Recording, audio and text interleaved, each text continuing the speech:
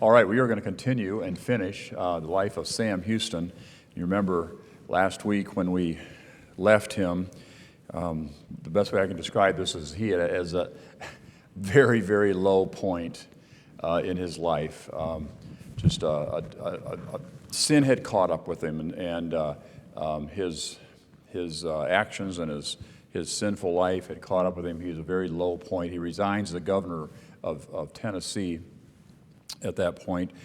And as I said, though, maybe I didn't say this, but he will go lower in his life than he was. And yet, I read these stories. I read about him, and if you've read about him, I come away from that thinking, to read about his life, it's exhausting. I guess that's the best way I can think of it. He's a whirlwind of action, war hero, a famous politician, the terrible things in his personal life. It's very difficult to kind of put it all together.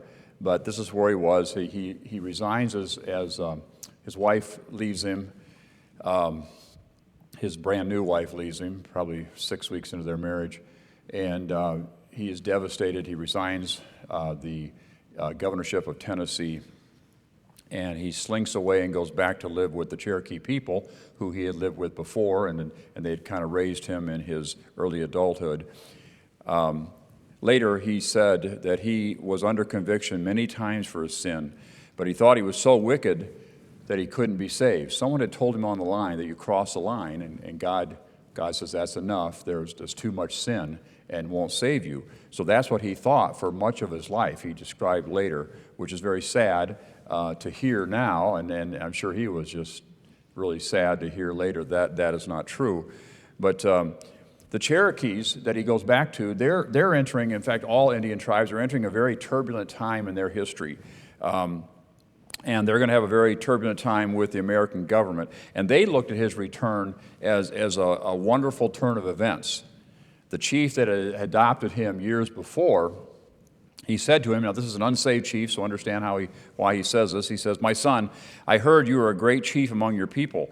I have heard that a dark cloud has fallen on the path you were walking, but I am glad of it. It was done by the Great Spirit. We are in trouble, and the Great Spirit has sent you to give us counsel." Interesting. And because of that and his connection with Andrew Jackson, the president Andrew Jackson, he eventually is called to Washington to plead for the Indians.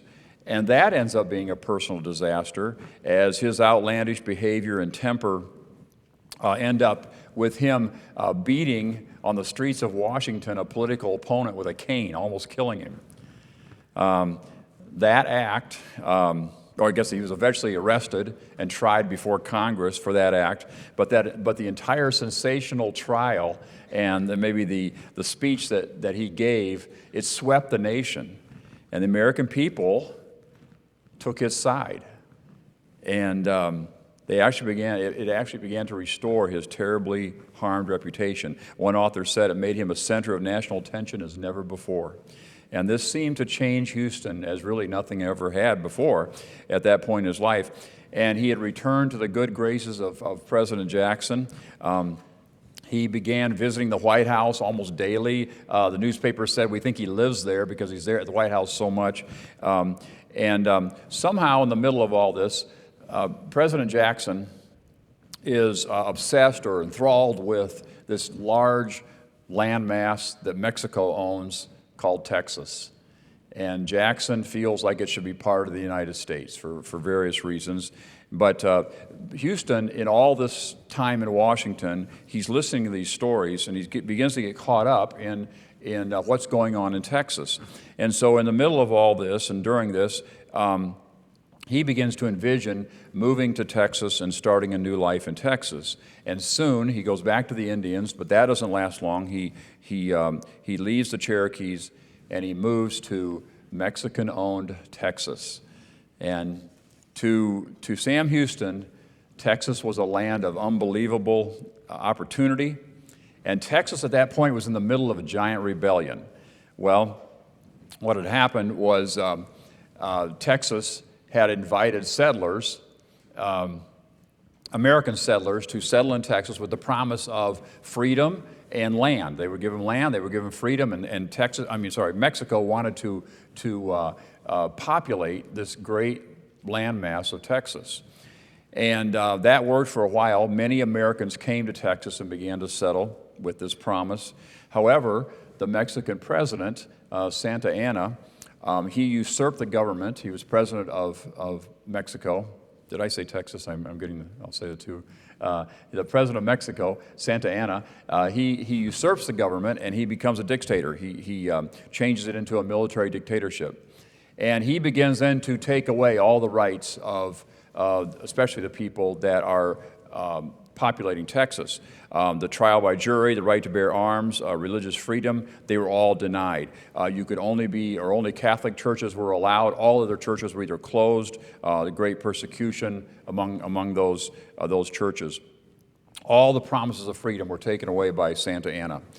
So the settlers began to realize that they needed to separate from Mexico. And of course, many of them are Americans, and they have it in their blood to not take dictatorships lightly. And so they begin to call meetings, and there's a lot of unrest. Of course, this political upheaval and rebellion is right down Sam Houston's alley.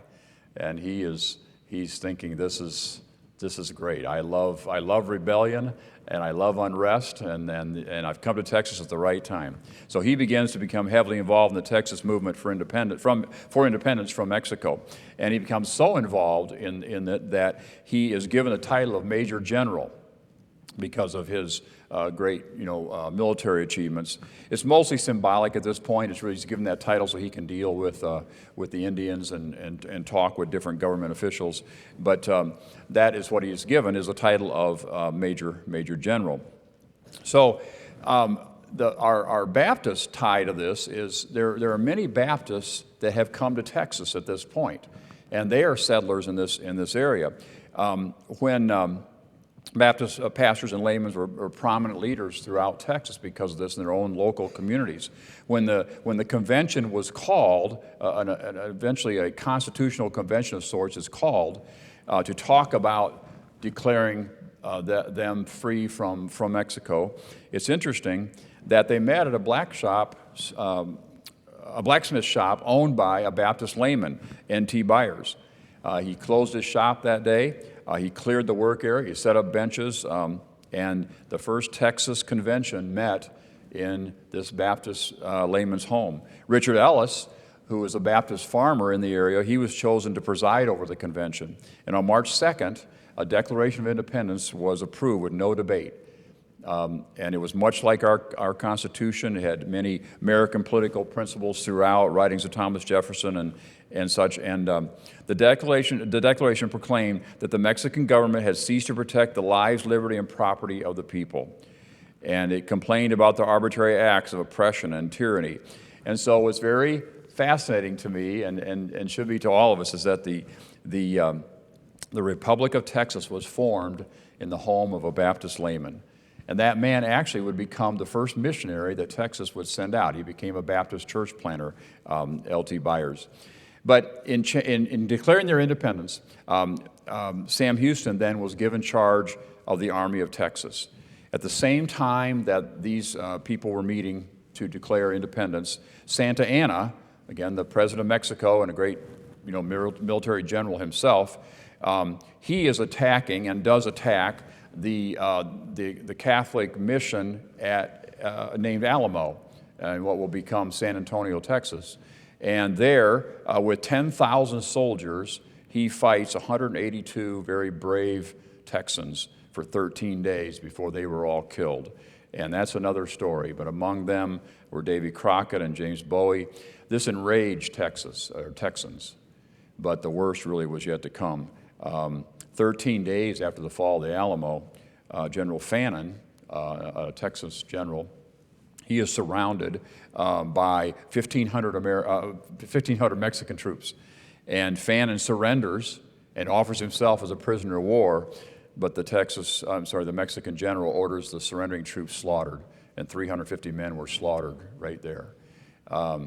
23 days after this slaughter, Houston, with 750 troops, he meets Santa Anna on the battlefield with over 1,500 troops at San Jacinto.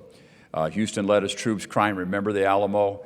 We know that phrase, from history. The battle lasted less than 30 minutes, and half of the Mexican troops lay dead.